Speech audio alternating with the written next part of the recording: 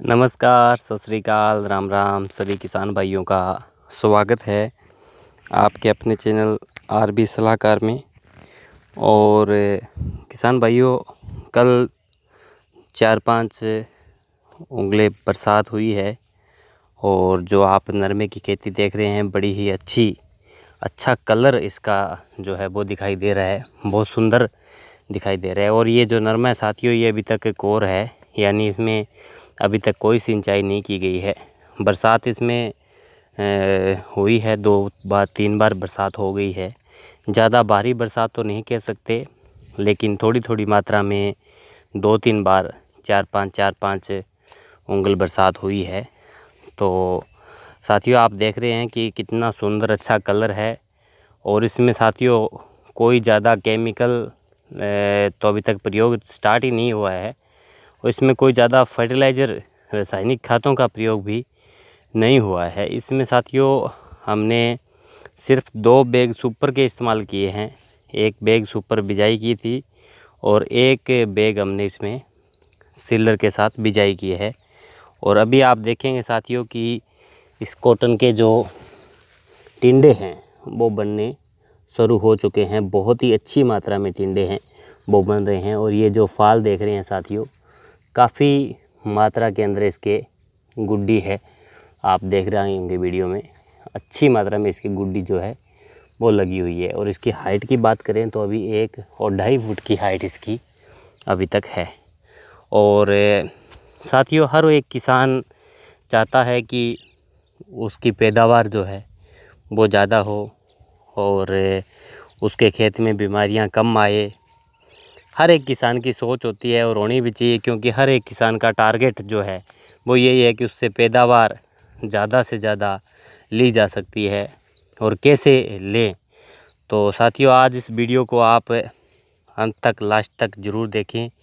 तो आज मैं कुछ आपके साथ ऐसे विचार शेयर करने जा रहा हूं, जिससे आपके नरमे का जो फाल है, जिस तरीके से आप इस पौधे का फाल देख रहे हैं, कोई भी फाल जड़ा हुआ नहीं है। और नीचे के जो टिंडे हैं वो भी बड़ी अच्छी मात्रा में साथियों तैयार हो रहे हैं। जैसे आप ये देख रहे होंगे, आपको दिखाई दे रहे होंगे। तो इस तरीके से ये देखिए साथियों, हो ये देखिए, ये देखिए, ये देखिए। मतलब कहते हैं कि हर एक पौधे के, आपको मैं बताऊं तो लगभग 3 से 4 टिंडे भी तैयार हो चुके हैं। ये देखिए साथियों, एक ही पौधे के दिखा रहा हूं मैं।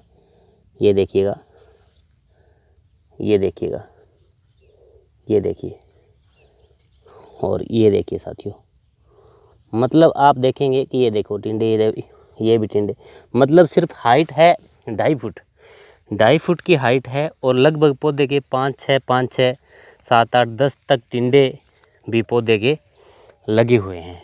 और इसकी राज क्या है, फाल गुड्डी अभी तक मतलब जो लगा हुआ है वो उसे अच्छे तरीके से जल्दी तैयार हो रहा है। क्योंकि साथियों, आपको पता होगा कि नरमे के अंदर फाल जो है, फल और फाल गुड्डियाँ हैं, वो बहुत उठाता है पौधा, लेकिन वो 50% तक गिर जाते हैं। आप समझते होंगे मेरी बात को कि जो फाल गुड्डी है उसको रोक पाना बड़ा मुश्किल काम है, क्योंकि 50% तक जो फाल गुड्डी है वो गिर जाते हैं, झड़ जाते हैं।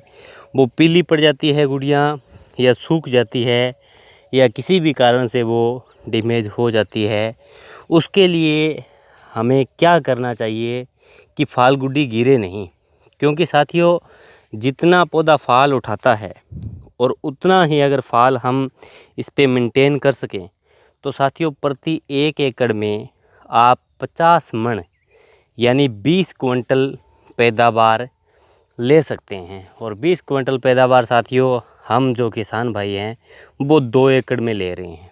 जो पैदावार हमारे को 1 एकड़ से मिलनी चाहिए वो पैदावार हम 2 एकड़ में ले रहे हैं, यानी 50% पैदावार ले रहे हैं। जितनी पौधे की क्षमता है उसके मुकाबले हम बहुत कम पैदावार जो है वो ले रहे हैं।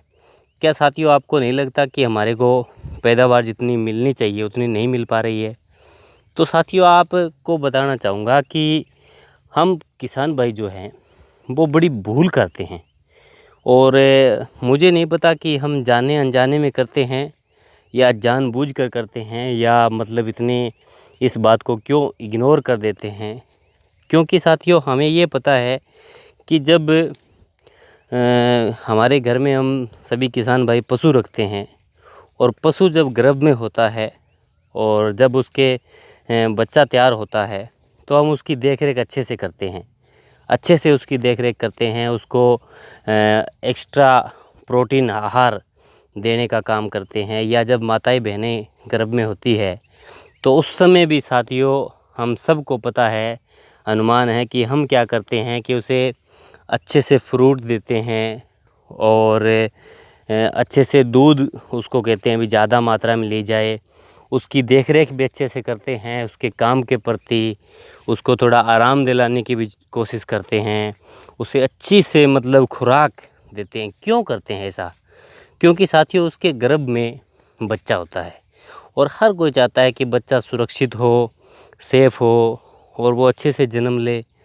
तो साथियों हम ये क्यों भूल जाते हैं कि जो ये पौधे हैं ये भी अभी गर्भ अवस्था के अंदर आ चुके हैं, इनके फल और फल गुड़ियाँ लगने शुरू हो चुके हैं।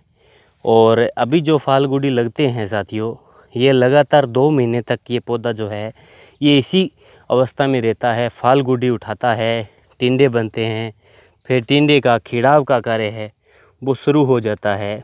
तो ऐसे में हमारे को मुख्य रूप से साथियों पौधे को जो ज़रूरत है जिन पोषक तत्वों की, वो पोषक तत्व उपलब्ध करवाना हमारा फ़र्ज़ भी है, और अच्छी पैदावार लेने के लिए हमारे लिए ज़रूरी भी है। तब कहते हैं जी कौन से पोषक तत्व उपलब्ध करवाएं? किसान भाइयों, हमने यूरिया खाद का इस्तेमाल किया अपनी नरमे की फसल में बढ़वार करवाने के लिए, और हमने डीएपी का प्रयोग किया यानी फास्फोरस का प्रयोग किया, चाहे वो सुपर के माध्यम से किया, चाहे वो एनपीके के माध्यम से किया, चाहे वो हमने डीएपी के माध्यम से किया। फास्फोरस का भी हमने पौधे को देने का काम किया। या फिर साथियों पोटास की बात करें तो वो भी हमने पौधे को उपलब्ध करवाया। और उसके बाद में साथियों मैग्नीशियम सल्फ़ेट भी बहुत सारे किसानों ने प्रयोग किया, जिंक सल्फ़ेट भी बहुत सारे किसानों ने प्रयोग किया, या कैल्शियम का भी बहुत सारे किसानों ने प्रयोग किया होगा। नहीं किया है तो साथियों अभी आप 7वें महीने के अंदर, आप जुलाई के अंदर कैल्शियम नाइट्रेट का प्रयोग करके कैल्शियम की पूर्ति भी आप अवश्य करवाएं पौधे को। और किसान भाइयों इसके साथ साथ ये 6 प्रकार के मैंने आपको पोषक तत्व बताए, और ये 6 प्रकार के पोषक तत्व किसान भाइयों हम देते आ रहे हैं और पौधे को देते भी हैं। और 3 प्रकार के पोषक तत्व जैसे कार्बन, हाइड्रोजन, ऑक्सीजन, ये कुदरत की देन से हमारे को प्रकृति की से मिल जाते हैं, जिसे हमें डालना नहीं पड़ता है। और हमने यूरिया के माध्यम से नाइट्रोजन, फास्फोरस, डीएपी, एनपीके या सुपर के माध्यम से पोटासियम हमने उपलब्ध करवाया। 3 उसके मुख्य पोषक तत्व हमने दिए। उसके बाद में हमने सल्फ़र भी पौधे को उपलब्ध करवाया। सल्फ़र चौथा पोषक तत्व में से माना जाता है, ख़ास तौर पे जहाँ पर जो सिंचाई करने का साधन है वो मोटर का, ट्यूबवेल का है, जहाँ थोड़े नमकीन पानी है, हल्के पानी है, वहाँ तो बहुत ही ज़्यादा ज़रूरी है सल्फ़र। और ज़मीन के सेल खोलता है, ज़मीन को मुलायम बनाने का काम करता है। उसके अलावा साथियों हमने मैग्नीशियम का प्रयोग किया। जिन किसान भाइयों के नरमे में साट मारने की समस्या आ जाती है, नरमा साट मार जाता है, उस अवस्था में अगर खेत में पहले से अगर उपलब्ध करवा दें हम मैग्नीशियम, तो ऐसी समस्या भी नहीं आती है।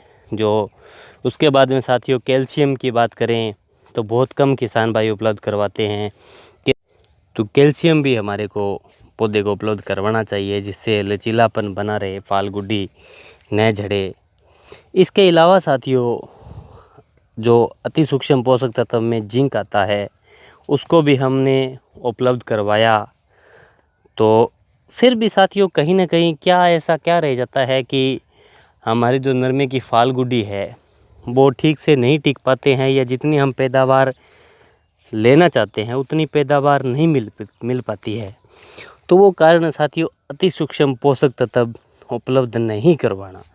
साथियों, जो किसान भाई अति सूक्ष्म पोषक तत्व अपने खेतों को उपलब्ध नहीं करवाते हैं, वो ज़्यादा पैदावार नहीं ले पाते हैं। अब अति सूक्ष्म पोषक तत्व में साथियों हमारे को 6 प्रकार के पोषक तत्व हैं जो और उपलब्ध करवाने हैं। उनकी मात्रा बड़ी कम है, उनकी मात्रा मात्र 200 ग्राम, 150 ग्राम, 100 ग्राम, ठीक है, इस तरीके से आपको प्रति 1 एकड़ में उपलब्ध करवानी है। अगर वो नहीं करवाते हैं तो पैदावार पे सीधा सीधा असर पड़ता है और ज़्यादा महंगा भी नहीं है। क्योंकि साथियों आपको पता होगा कि हम जब घर में खाना तैयार करते हैं तो उसमें हम बड़ी महंगी महंगी वस्तुओं का प्रयोग करते हैं। जैसे अगर बात की जाए देसी घी की या पनीर की या दही की, दूध की, लेकिन साथियों ये सब उपलब्ध होने के बावजूद भी क्या हम उस भोजन में नमक का इस्तेमाल नहीं करें तो क्या मज़ा आएगा। काफ़ी आपको समझ में भी आया होगा कि मात्र एक 10 रुपये किलो आने वाला नमक अगर भोजन में नहीं डाला जाए, भोजन में इस्तेमाल नहीं किया जाए, तो वो महंगी महंगी चीज़ें भी हमारे को उतना ज़्यादा रिजल्ट नहीं दे पाती। क्योंकि इसी तरीके से साथियों अगर एक सब्ज़ी के अंदर हल्का सा मिर्च का इस्तेमाल कम ज़्यादा कर दिया जाए तो टेस्ट बिगड़ जाता है। उसी तरीके से साथियों कुछ ऐसे पोषक तत्व है जैसे आयरन है, मैग्नीज है, कॉपर है, कोबाल्ट है, क्लोरीन है, बोरोन है, जिंक है। तो ये जो ऐसे छोटे छोटे तत्व हैं, इसको अगर साथियों हम उपलब्ध नहीं करवाते हैं तो वो पैदावार नहीं ले पाते जो हमारे को मिलनी चाहिए। तो इस अवस्था में साथियों आप मल्टी न्यूट्रिशन कोई भी है आपको मिल जाता है, उसका आप 15 से 20 दिन बाद, 20 से 25 दिन लगा लीजिएगा। हर 25 दिन, 20 दिन बाद में आप अपने खेतों में उसका पत्तों पे डायरेक्ट यानी स्प्रे के रूप में इस्तेमाल अवश्य करें। अगर आपको मैक्स पावर कंसोर्ट या मैक्स क्रिस्टल ये उपलब्ध हो जाते हैं तो साथियों बहुत ही कम खर्चे में, यानी साथियों आप प्रति एकड़ की बात करें तो 200-250 रुपये में आप सभी 13 प्रकार के न्यूट्रिशन यानी संपूर्ण भोजन फसल को दे सकते हैं। तो साथियों अगर आपको मैक्स पावर कंसोर्टिया और मैक्स क्रिस्टल मिल जाते हैं तो इनकी डोज भी मैं आपको बता देता हूँ। 1 ml मैक्स क्रिस्टल और 1 ml मैक्स पावर कंसोर्टिया को आप 1 लीटर पानी में डालकर अपनी खड़ी फसल पर छिड़काव करने से फसल की सभी प्रकार की पोषक तत्वों की पूर्ति है वो कर सकते हैं। और ये स्प्रे साथियों आप रिपीट करते रहें 20-25 दिन के दौरान, तो 3 से 4 स्प्रे आप अपने खेतों में डालेंगे तो आपकी फसल की पैदावार आप 20-25% जो है वो बढ़ा सकते हैं। और साथियों कुछ किसान भाई अभी चिंतित हो जाते हैं कि वाइट फ्लाई या इसके अलावा हरा तेला, थ्रिप्स है, वो कुछ भी समस्याएं आएगी तो उसके लिए क्या करें। तो उसके लिए साथियों आप मैक्स नीम ऑयल 2 ml पर 1 लीटर वाटर, 1 लीटर पानी में 2 ml आप मैक्स नीम ऑयल का इसके साथ में प्रयोग कर लेते हैं तो काफ़ी हद तक आप बीमारियों से भी बचेंगे, आपकी फसल को बीमारियों से बचा पाएंगे और अच्छी पैदावार ले सकते हैं। तो साथियों आज की वीडियो में बस इतना ही। आगे फिर एक अच्छी जानकारी के साथ आपके साथ हाजिर होते हैं, आपसे मिलते हैं। आपका दोस्त किसान सलाहकार रमेश बांबू आपका तहे दिल से धन्यवाद करता है वीडियो देखने के लिए। आप इस वीडियो को अपने सभी किसान भाइयों में शेयर भी अवश्य करें। आपका कीमती सुझाव या शिकायत कमेंट में अवश्य करें, या साथियों आप मेरे से डायरेक्ट संपर्क करके बातचीत भी कर सकते हैं। धन्यवाद।